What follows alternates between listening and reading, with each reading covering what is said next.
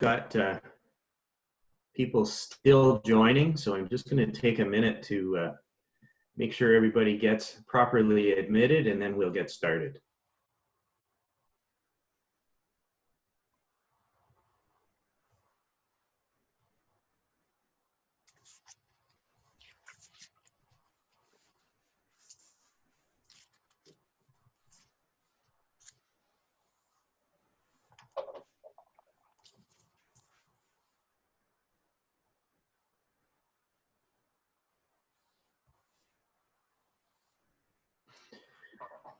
Okay, well, shortly after 10, and I'd like to get started for everybody who was able to join on time. We have a large agenda today.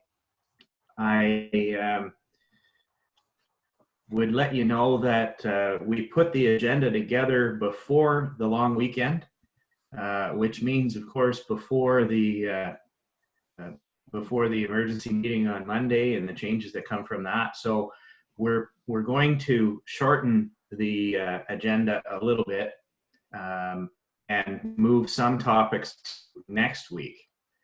And so for a quick summary, what we're going to do today is Tim's going to talk about the legislative changes that we have. I'm going to talk about some issues that have come up this week with respect to tax sales.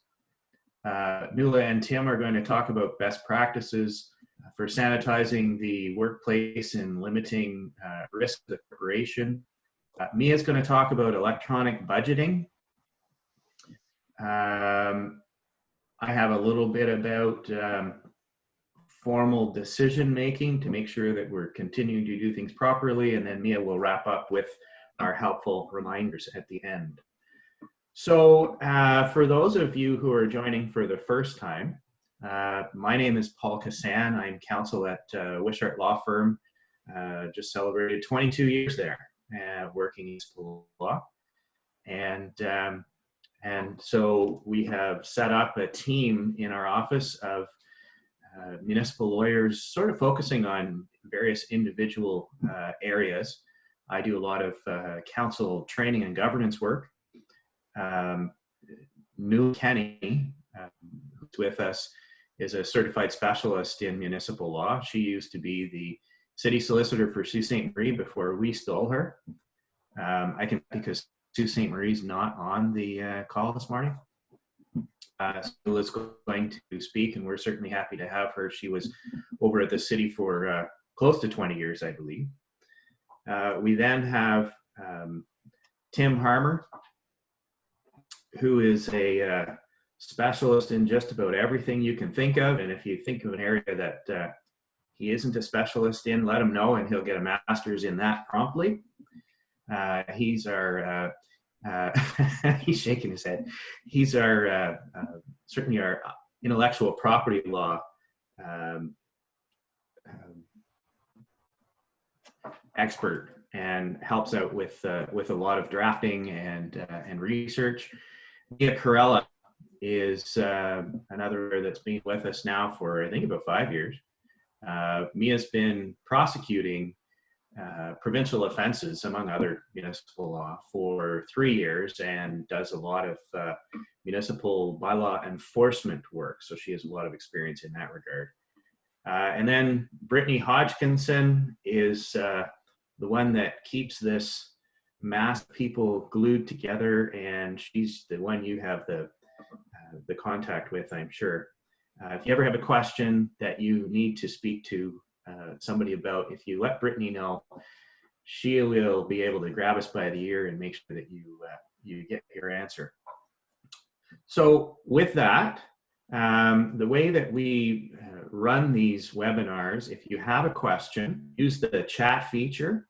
If you send that in, Brittany will be monitoring that, and we will do our best to answer your questions. And if we can't get to it in the hour that we have today, then we'll try to answer your question next week, or if it's urgent, let Brittany know and we'll get to you during the week for sure.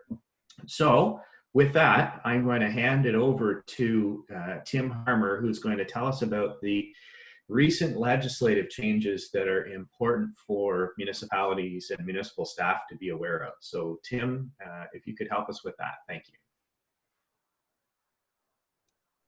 So thanks, Paul, and thanks everyone for joining us today. As Paul was reminding us earlier, just before everybody came in, it's been a month now since the province declared the state of emergency, and so a month to the day. So we all know that we've got a little bit. We've heard there's going to be a few more weeks to go, and so at least.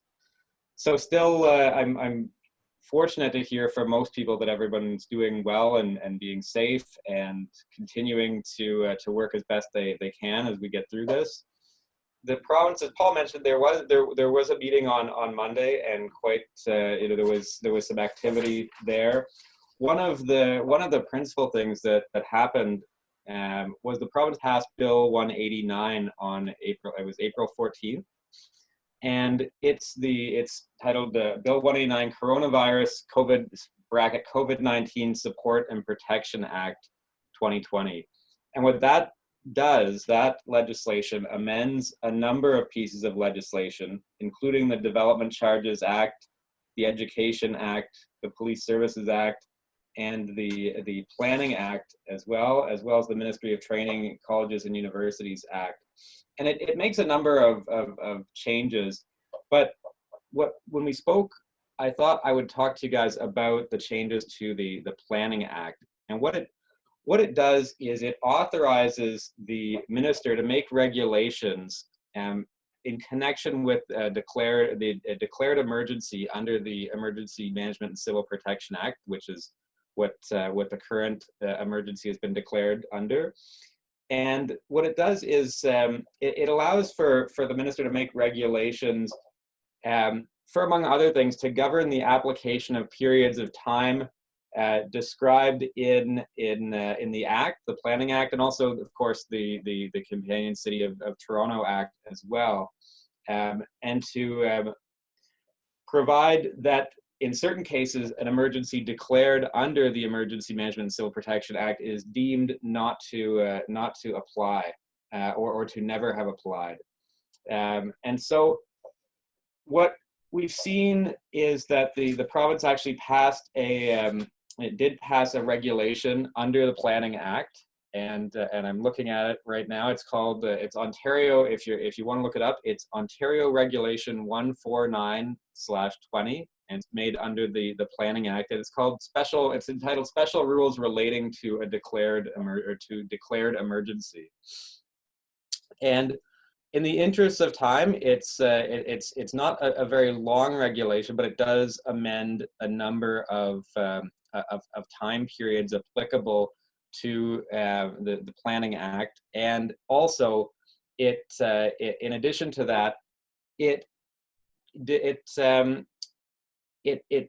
amends the rules for counting the periods of time described in certain provisions of the Act. And so what it does is, for certain of those provisions of the Act, it deems that the period of this COVID-19 emergency shall not be included in the calculation of the time periods described in various sections.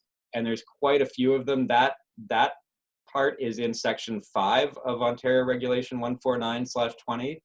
And so rather than going through each and every one of those, because that could be the entire webinar, and I know we have a lot to get through, what I'd encourage everyone to do is have a look at that regulation. Again, it's Ontario Regulation 149/20. And it affects the timelines under the Planning Act and also the calculation of certain periods. Have a look at that, and if you have any questions at all, please ask them either through the chat if they're sort of general style questions, and if you have very specific questions about how that may apply to your municipality or a specific situation therein, let us know. We'll walk through those. We'll walk through those with you. But the primary thing I wanted to do is make you aware that regulation has passed, and that there are changes that you need to be aware of. So I will hopefully be able to answer any questions that you have going forward. And as I said, I don't want to take up too much time because I know we've got a full agenda. So I'll turn things back over to Paul temporarily to introduce the next topic. Thanks, Tim. So it is really important for municipalities that have Planning Act issues, zoning applications, and what have you that are being dealt with by council now to be aware of those changes. Certainly give us a call if you have questions. So the next issue that I want to talk about is current ongoing tax sale processes. Bear with me for a second. So the regulation requires, when opening tax sale tenders, that they be done, that the opening is in a place that is open to the public when the tenders are open. So the issue, of course, right now is we've got the pandemic, we've got the March 17th emergency, we've got the regulation prohibiting organized public events of more than 5 people. And I suppose, to be clear, we should indicate that our opinion is that that does prohibit public gatherings, public events at municipalities, like council meetings, like opening tenders.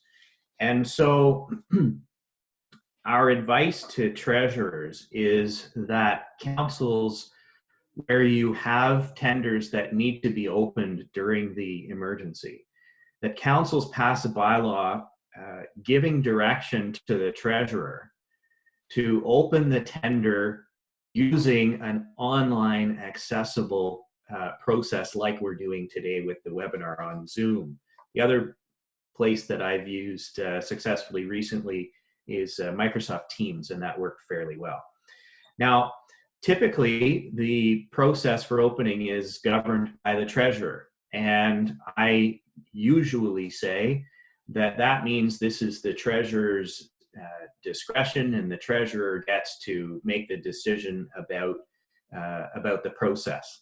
However, in this case, where we've got the emergencies, where we've got occupational health and safety responsibilities for the treasurer as council's employee, and where council has the obligations under Section 224 of the Municipal Act to consider the public and the well-being and interest of the municipality, and to develop and evaluate policies of the municipality. I see this as a level of service type issue, and I think it's important for council to be the body that makes the decision when we're moving from a position where we had open public meetings to open tenders to an online. I just think it really supports staff and protects the integrity of the tax sale process if council passes a bylaw directing the treasurer to open the tenders online. And so that's my thoughts on that. Happy to answer any questions, happy to help you with a bylaw should you require. And I'm now going to pass this over to Nuala to talk about something that's certainly very important for us to be aware of for our own protection and for protection of ratepayers, and that is best practices for a sanitized workplace and limiting risk for municipalities. So I'm going to hand this over to Nuala now.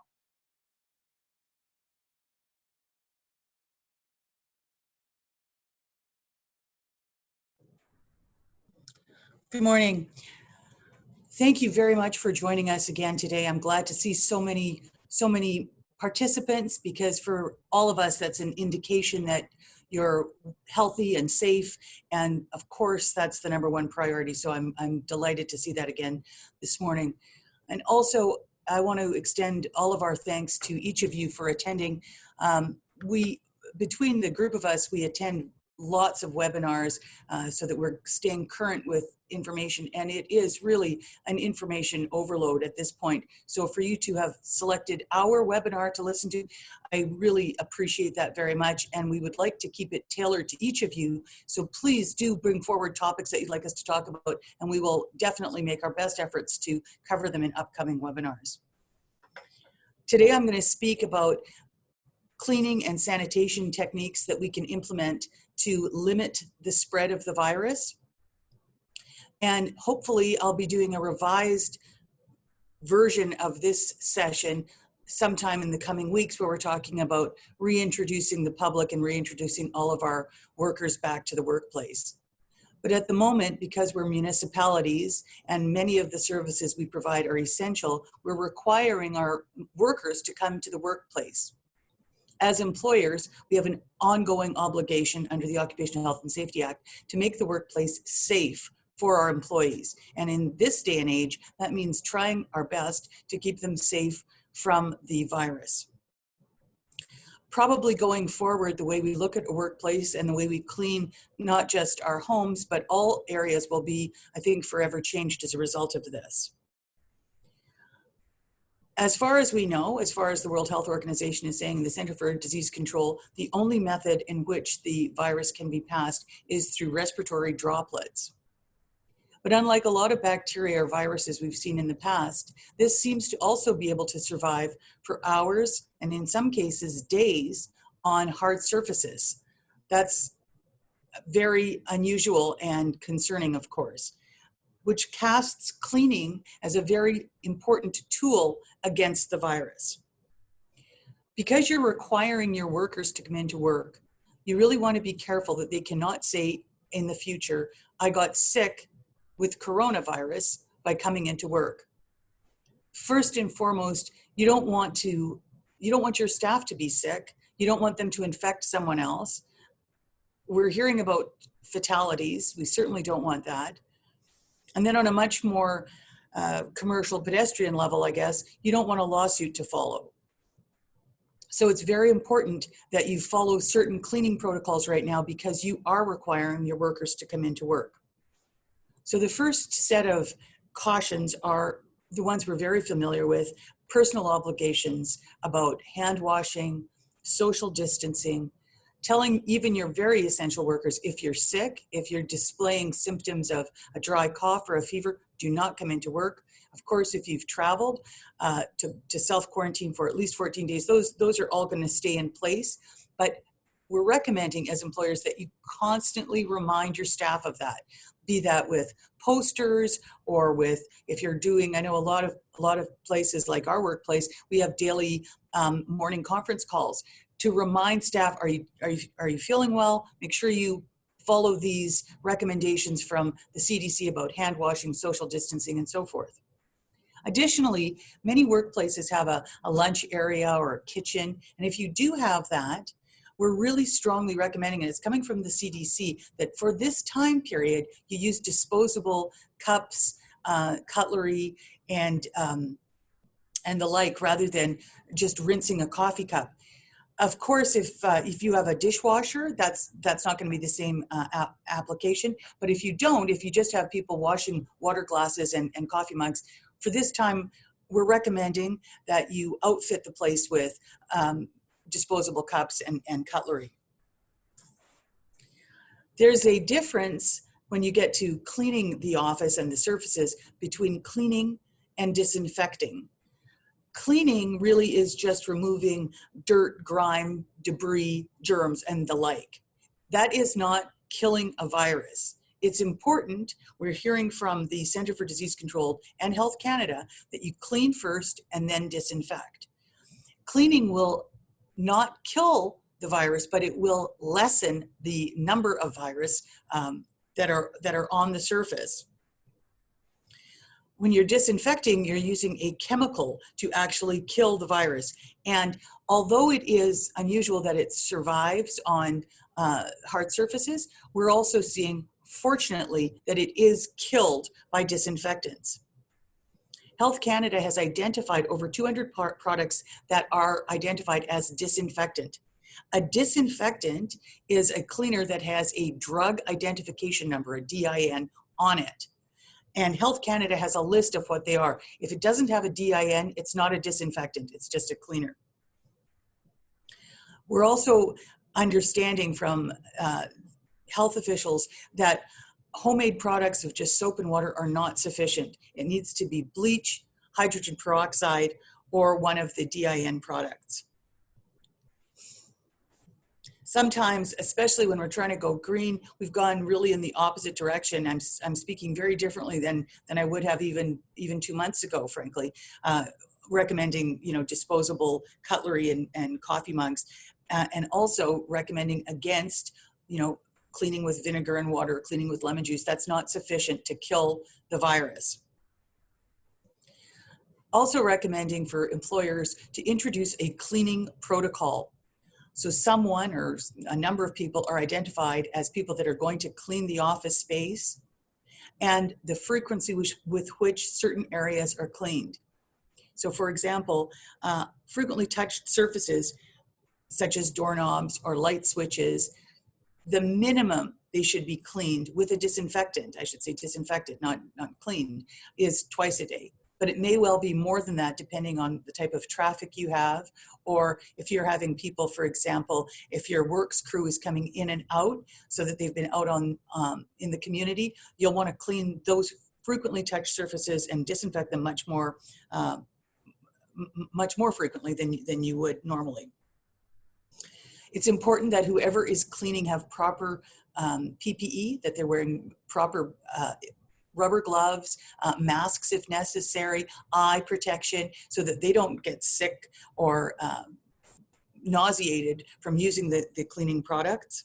It's very important that the person identified as the cleaner wash their hands immediately following the cleaning. And from a lawyer's perspective, you really want to record this. You want it identified that we introduced the cleaning protocol, so-and-so is doing it, and after each cleaning session, it's just a check mark or something of that nature, because we know right now that we're in a little bit of a honeymoon period, I guess, where people are being very considerate to one another and hoping you don't get sick and so forth. But it's ripe for lawsuits hereafter to say somebody got sick and they got sick as a result of your poor protocol. And you want to be able to say it was not a poor protocol. It was an outstanding protocol. It was consistent with what World Health Organization was saying to do, CDC and Health Canada. And here's our document to prove it. Because as everybody on this call knows, without a document, it really doesn't have any weight.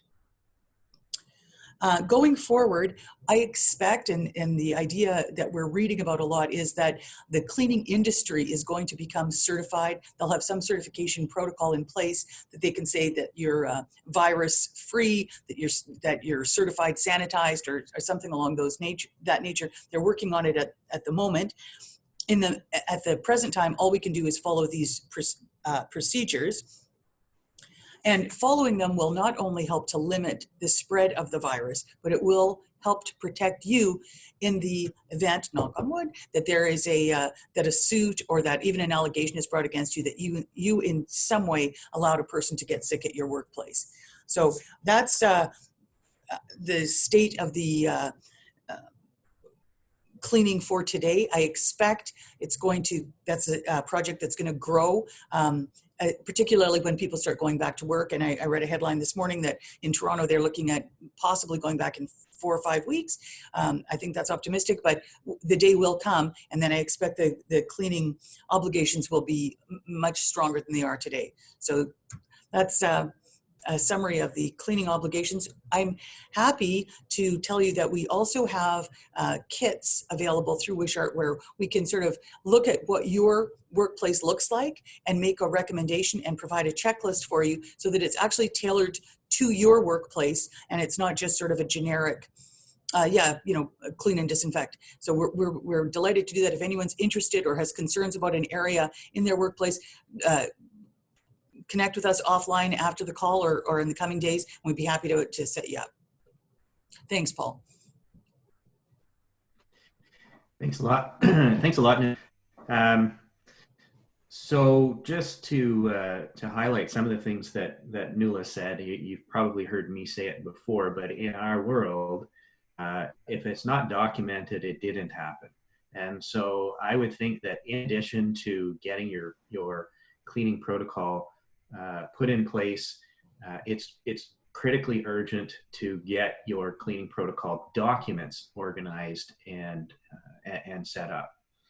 Additionally, something that Nuala mentioned, but I want to highlight because I've seen problems with it personally, is the idea of PPE.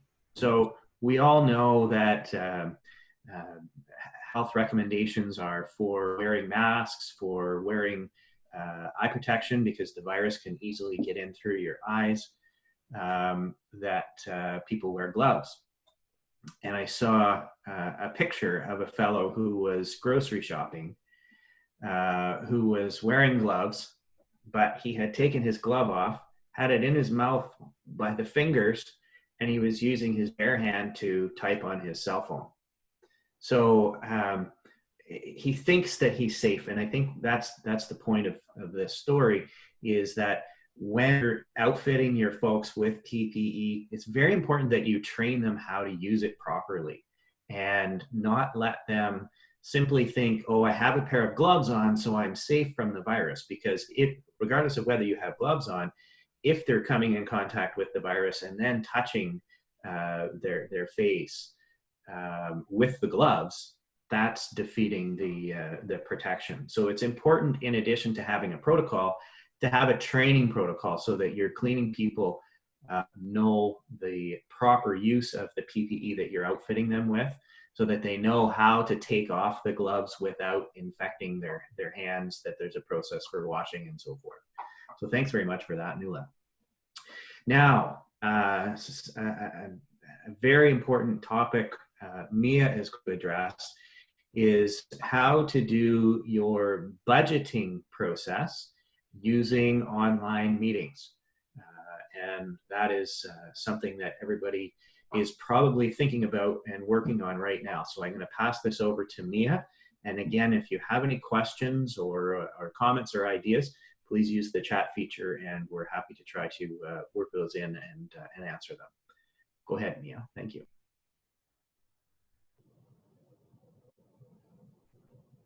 Everyone. I echo what Paul, Nuala, and Tim have said. We're really happy to have everybody here this morning.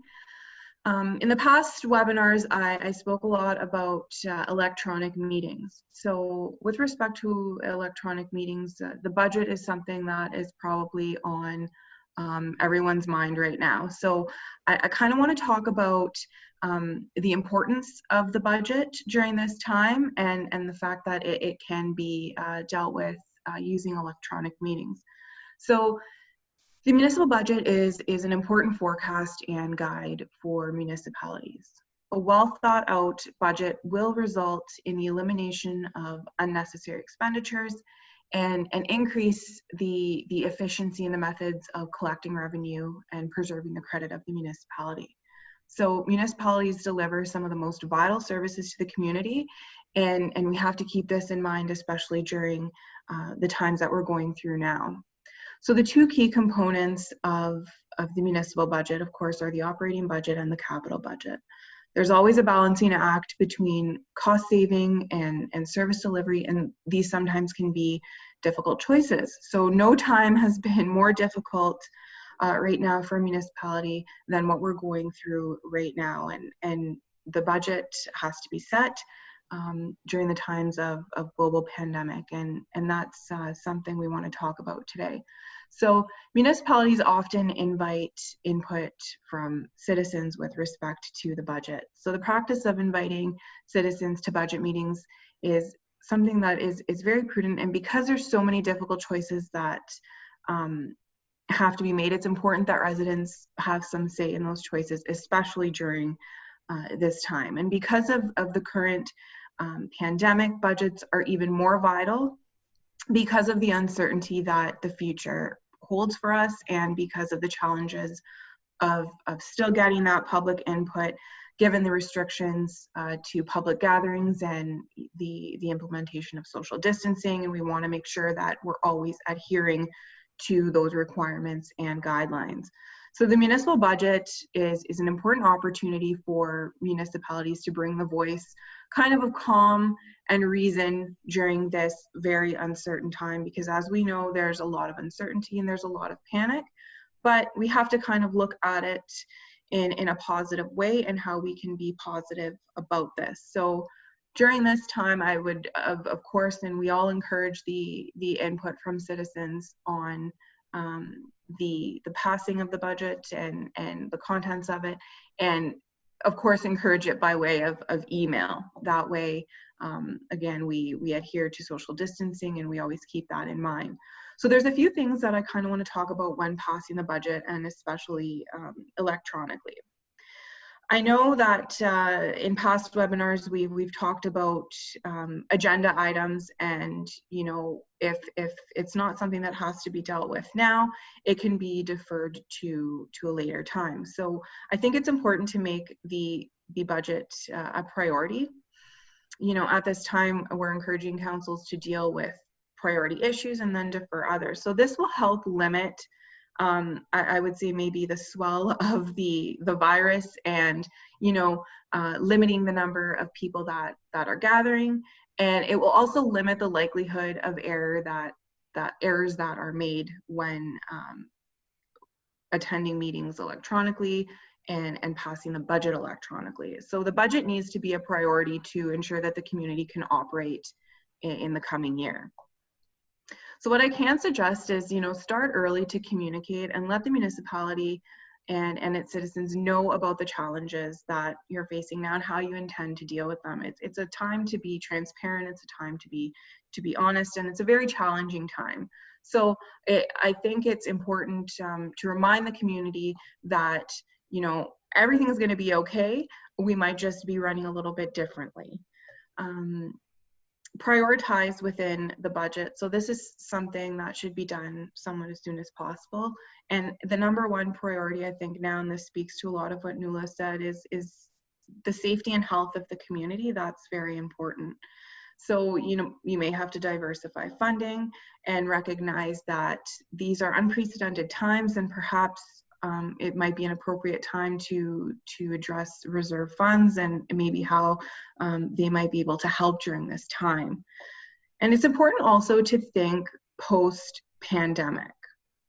Once this pandemic passes, there's going to be a need perhaps to provide softer services to your community. Everybody is kind of handling this emotionally, this pandemic, a lot differently. So we have families that are, you know, in their homes, that their kids want to get out there and play. So I think that it's important to keep in mind that the quality of life and excellence in your community is important. So some softer services might be swimming pools, libraries, recreation centers, things that families and others can enjoy, and anticipate that there might be specific cleaning requirements associated with reopening these facilities, and the cost of doing so should be considered in the budget, because I think that even post-pandemic, the disinfecting and cleaning requirements and social distancing requirements are probably going to continue for a lot longer than we suspect. So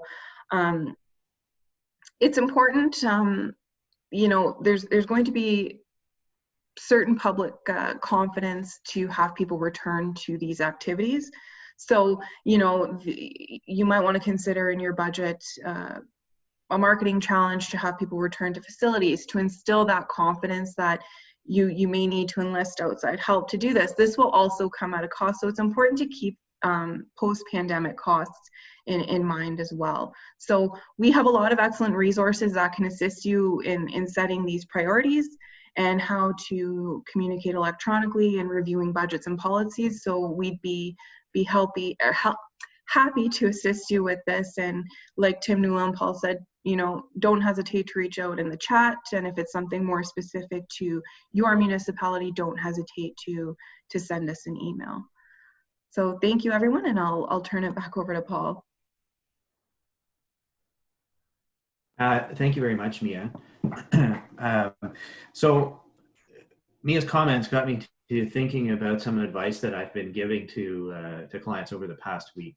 and that is when you're drafting your bylaws, it's important, in my opinion, to be referencing the pandemic and referencing the provincial emergency in the preamble, in the whereas clauses. And the reason for that is that we want the public to understand that we are contemplating the emergency, that it is an emergency. And one of the reasons we're here today is because things are changing on a day-to-day basis. And additionally, 10 years down the road, when we're looking back at this weird bylaw that says that the clerk has to open tax sale tenders online and not in person, it will remind us what was going on at the time. So I really think it's a good idea to put some language during the emergency, referencing the emergency. I guess that leads into some advice that I want to give to everybody with respect to practice. And you've heard me say this over and over again, but I want to remind everyone that we are operating a level of government. And so even though we're in the pandemic and we are in an emergency response scenario, it is really important, and probably even more important right now, that we are having our meetings formally, that we are documenting all of the decisions and direction from council by way of a resolution or a bylaw that is formally passed. And just to give you a little hint, I'm going to be giving advice about what to do as soon as the province suspends the emergency or lifts the emergency order. And so I'm really encouraging all clerks particularly to be keeping a very good list of all decisions that council is making by way of electronic meetings or any of the meetings that you're having, so that you have a list ready to go as soon as the emergency is suspended. And I'm not going to tell you what my advice is yet, but other than to have that list ready to go. And to just ensure that even though we're dealing with stressful situations and fluid situations, that we are remembering to act normally in accordance with our legislation, the Municipal Act, the Planning Act, and so on. We are certainly getting leeway from the province to facilitate safety, but that's not changing the legal requirements for how the meetings are conducted and recorded, and the fact that you've got to have quorum, and the fact that if you do have quorum, you have probably got a council meeting. So I just wanted to remind everybody about that. So I did get a question about publicly opening contract tenders for road projects. And yes, I agree with the suggestion that council provide that sort of direction to the to staff as well, that all tenders that are be opened in an electronic meeting as opposed to in public, regardless of what stream you're in. Now, with respect to tenders, and Vicky, I thank you very much for that question. Something else to keep in mind is that when municipalities are putting tenders out right now, I think it's very important to have some COVID language in the tender that allows flexibility for the municipality in the event that something changes with respect to a provincial order. So for instance, if the province passes another order that again changes what services are deemed to be essential services, and you've got a tender out for something that looks like an essential service today, but next week is no longer an essential services and is prohibited, you want to have language in there that allows the municipality to either cancel or suspend or postpone that tender. And I know that Orlando is of our offices working on language for that. So if anybody's interested, certainly please reach out and we'll help you with that. Tim as well does a lot of municipal tendering work. So it's an area that brings a lot of litigation, and it's important that we do it right.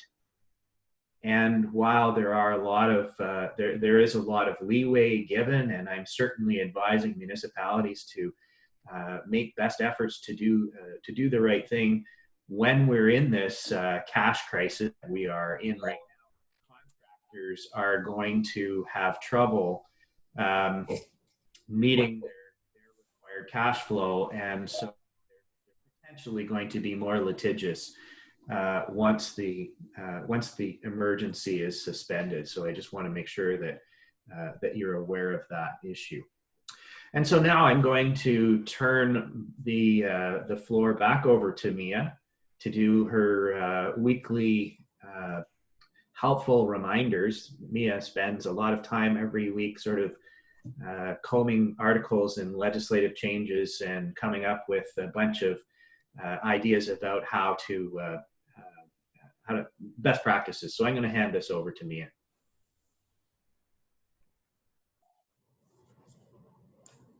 Thanks, Paul. So first and foremost, I think it's really important that everybody, again, be safe, well, and stay healthy. And there's lots of challenges right now that we're facing, and I think the biggest one is that everybody's overwhelmed. One person can't shoulder all the responsibility, and it's very important for everybody to work together as a team. A lot of municipal staff are dealing with a lot of different problems, and some that you probably thought you'd never have to deal with. So it's important to kind of always return back to those safe places. And when you're feeling overwhelmed, think of those safe places like keeping everybody, including yourselves and the community, safe and healthy. Stay focused on managing the challenges that we have now, and then be prepared for the recovery in the future. So ask yourself, how do we want to be remembered after this crisis is over? We want to be remembered as caring, hardworking, open, honest, keeping everybody's safety and health at the forefront, and then also being proactive and realistic of the challenges that are going to come as a result of the pandemic.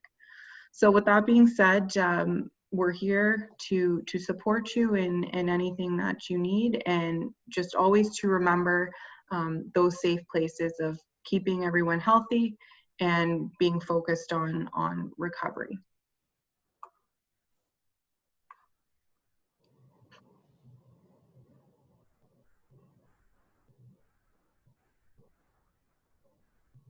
Okay.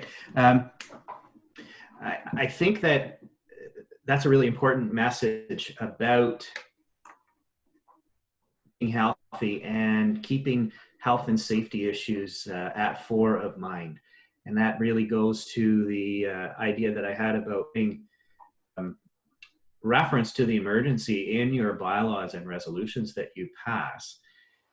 And I think that the law and the litigation that is going to come out of this pandemic is going to give municipalities a lot of leeway if they made a decision that promotes and is in accordance with health and safety legislation and recommendations from our public health authorities. So what I mean by that is, if you've got a situation where there is a tension between making a decision that complies strictly with some legislation, as we've always done it, or doing something that's safe. In other words, complying with the legislation is going to put your municipality in an unsafe position. I think that the courts and the ombudsman are going to give a lot of leeway to municipalities if they've said, I know that we're supposed to do, an example, at the outset of the pandemic, before the Municipal Emergency Act got passed, we were looking at the problem of having public meetings. And so we came up with the opinion that because open to the public doesn't say open to the public physically, that we would err on the side of safety and we would have our open to the public meetings electronically, and then the act got passed. So that's an example of what we're thinking. If you have to bend compliance, it's important to do so in the manner of, or in an effort to comply with public safety, and to document that that's why you did this particular decision. And I think that if you do it that way, I'm not suggesting that you just forget about the legislative requirements, because generally they have not been changed. But if you can comply in a manner that promotes public safety, and that means your own personal safety and your staff's safety as well, I think that's what the courts are going to support you on that. So, Nuala, do you have any comments on that idea? I just would, I'll just reiterate what Paul said and what we've been saying all along today and in our other sessions. It is a time, we have this little buzz phrase here where we're saying it's a time for compassion and creativity. So it's a time where safety and health always comes first, but now in particular, it's at the forefront. And what we're seeing in terms of compassion and creativity across the province, across the country really, is municipalities, something to consider. Municipalities are waiving,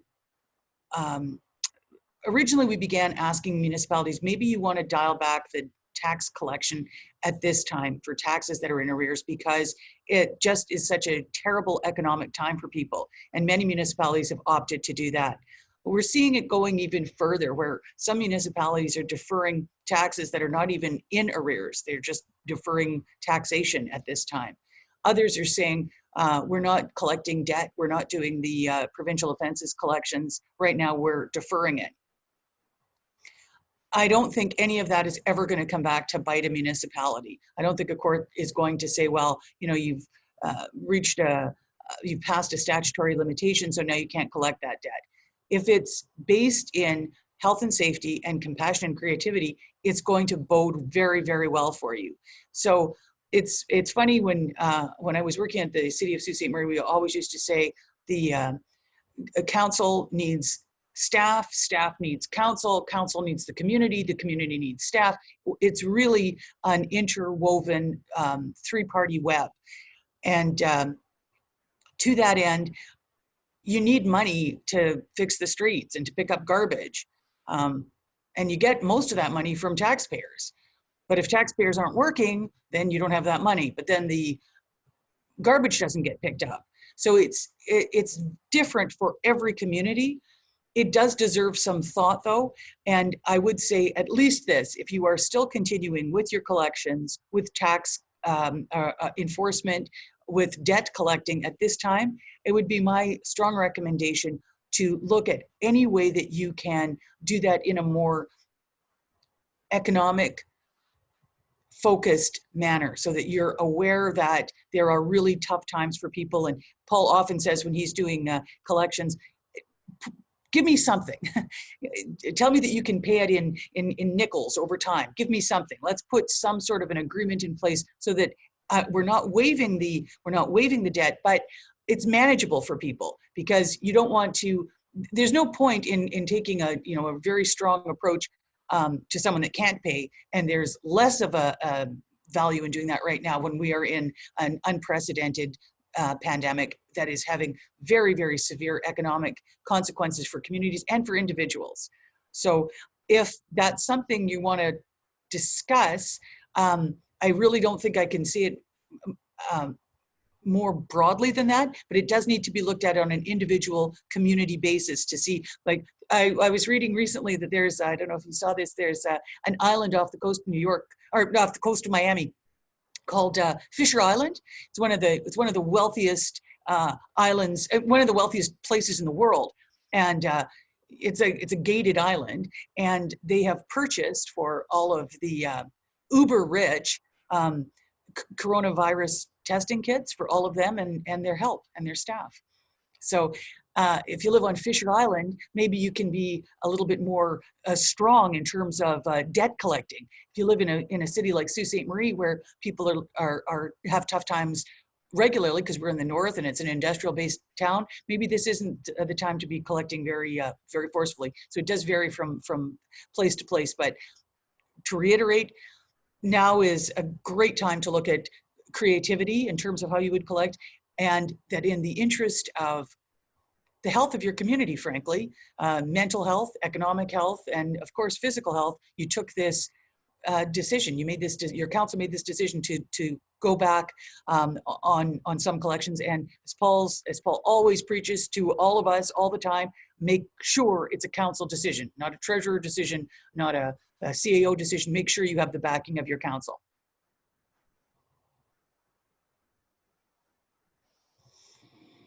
I really strongly agree with that, and you're hearing it over and over again. I hope people aren't getting bored with it, but certainly I think that when you're making decisions with respect to collections and deferral of taxes and things like that, that's really a decision for council to be making, because it's an overall sort of corporate philosophy decision. Absolutely, the treasurer should be giving some advice to council to make that decision, and if you need help, we're happy to help out with that.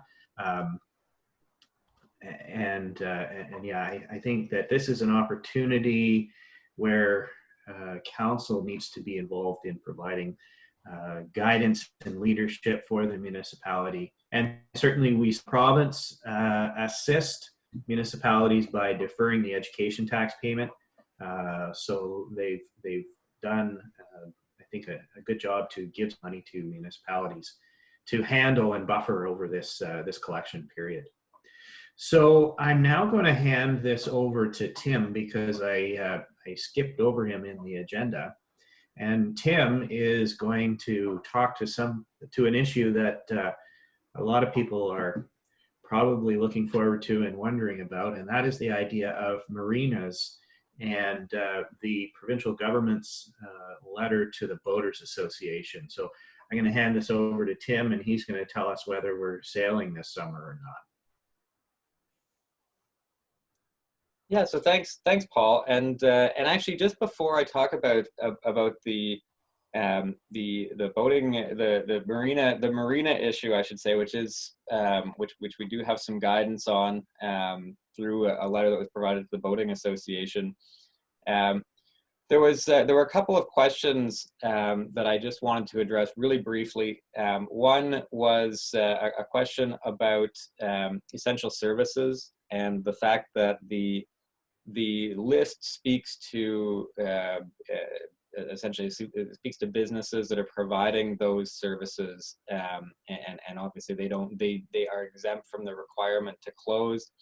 But the fact that list doesn't refer specifically to municipalities, and what I'd like to do is address that perhaps through a mail out. But for now, what I would say is the definition of businesses per that schedule includes any entity providing those services. So if it's a municipality providing wastewater services, and for example, the schedule says businesses providing water services are essential, that would cover the municipality providing those services itself. And so I know there are some specific questions about what that actually means in terms of what municipalities are practically required to do.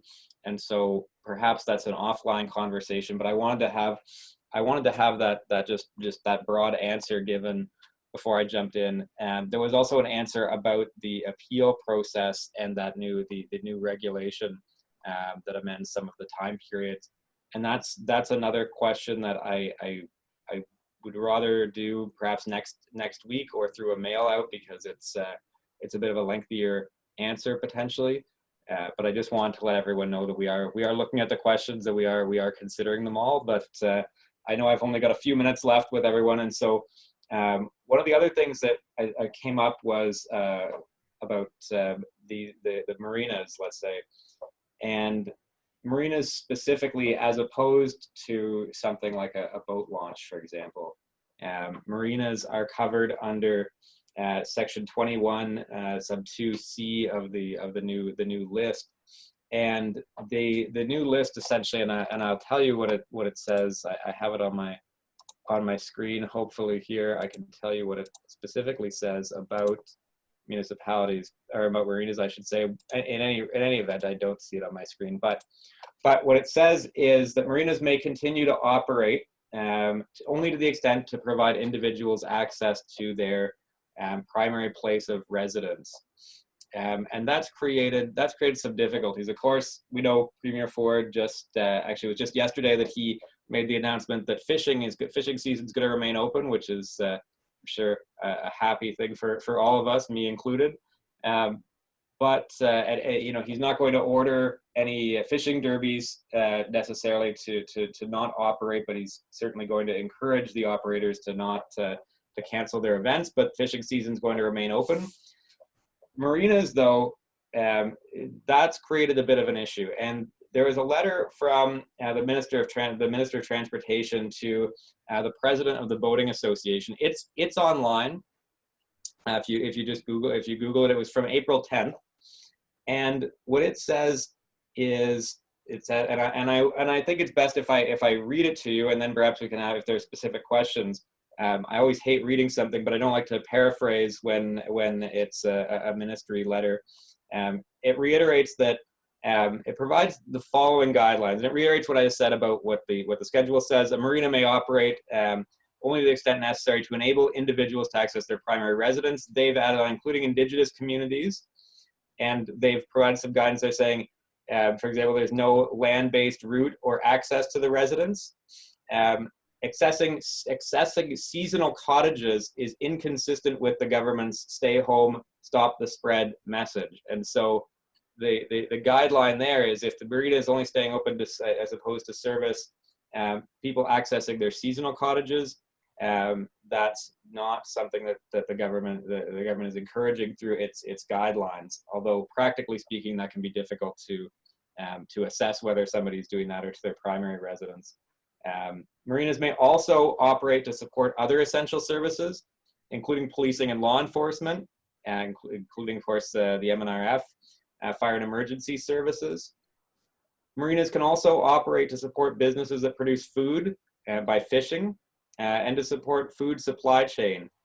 But the guidelines say that the marinas are not supposed to stay open to support recreational sport fishing, presumably because, again, that doesn't coincide with the government's stay home, stop the spread messaging. So that's the guidelines that the government has provided.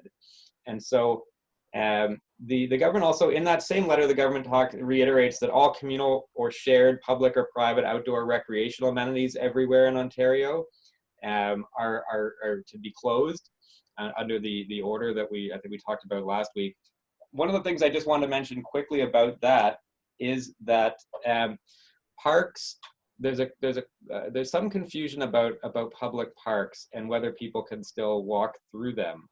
And what I can say about that is the order itself says that essentially it's the last section of the order about the closure of public amenities says that nothing in the order is to essentially, and I'm paraphrasing this now, is to prevent someone from using basically walking through the park, as long as they're not walking through to let's say a baseball, to access a baseball diamond or something that's been ordered closed.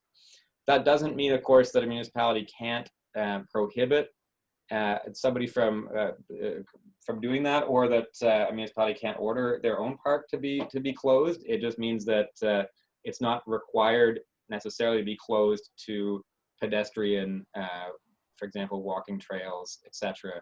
Of course, if it contains some of those outdoor amenities that are listed in the order, those have to be closed. But the throughways that the public walks on do not have to be necessarily. That's not to say that you can't close them if you want as a best practice for your community, but I just wanted to provide that bit of clarification.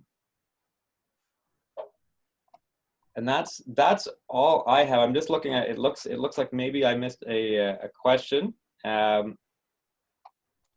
cemetery. I see there's a question about should cemetery, and my camera somehow moved as well, guys, so I apologize for that, but there is a question about should cemeteries be closed unless for services for 10 people or less. And so the answer to that is, so that goes to the social gathering, the idea that the social gatherings funerals were somewhat a special case with social gatherings. That was a situation where there was a 10 or more, or the 10 people or less could attend a funeral gathering.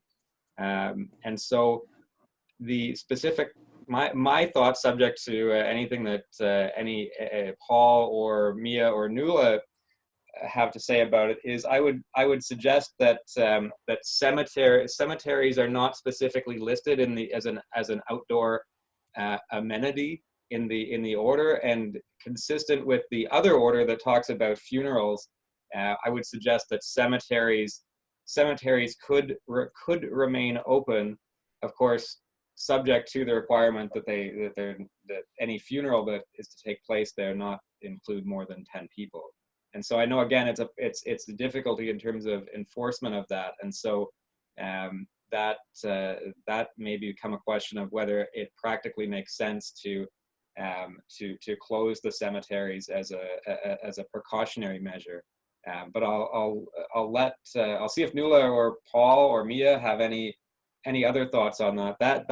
Those are my thoughts with respect to that. I don't think there's any requirement to close the cemetery. And the other thing I would just remember is the prohibition against gatherings and funerals, etc., is actually, I believe the language is no person shall, and so it's actually the people themselves that are, it's the persons themselves that are going to be fined for attending the gatherings, rather than necessarily just a place being open where those people do in fact go and have a gathering that's prohibited. So I don't know if that's helpful, but just remember, it's the prohibition is essentially an individual one. So Paul or Nuala or Mia, any thoughts on that you could share? Thanks, Tim. I think what we're going to do is we're going to talk a little bit more about public gatherings and public parks next week, because the public parks issue is somewhat confusing, and it's going to become more important for councils to consider when it stops frigging snowing outside. So I think that next week we would like to discuss that, because we're going to have a tension between what the municipality is permitted to do under the provincial order, what they're required to do under the provincial order, and the tension as well between public health recommendations, issues of gatherings in your community. So I think that's a topic we need some time, and so we'll put that on an agenda for next week to talk about that tension. And we can, I think, we'll in the idea of cemeteries as well with that, and the sort of overarching requirement not to have public events and public gatherings of more than 5 people, what that means, the social distancing legislation, and so on. So that's my thought on that, Tim. I see that we're one quick thought, and I just want to clarify something, because I pulled the order up on my screen, and I just want to clarify for everyone what I said. The actual text of the order is: nothing in this order precludes individuals from walking through or using portions of a park and recreational areas that are not otherwise closed and that do not contain an outdoor recreational amenity described in subsection 2. So skate parks, BMX parks, for example, baseball diamonds, those sorts of things. And so I just wanted to, we'll definitely do that next week, but I just wanted to, now that I had it on my screen, I just wanted to read that out to you just for clarity purposes. Thanks, Tim. All right, well, certainly we at Wishart Law Firm are really happy to see everybody joining us. We're really happy to sort of, we see give back to our community, supports us and supports our families, and we really appreciate you. And we really appreciate your time today and through the previous weeks and the next coming weeks as we continue to do this. So just really from the whole team, thank you so much for giving us your time. We're going to sign off now and certainly hope everybody has a great weekend. And we'll see you next week. Brittany will send out the invitations. In the interim, if there are issues that come up and you've got questions that you would like us to address, please send them in, and we'll get them on the agenda for next week or subsequent weeks. Thank you very, very much, guys. I really appreciate it. All the best. Keep in touch.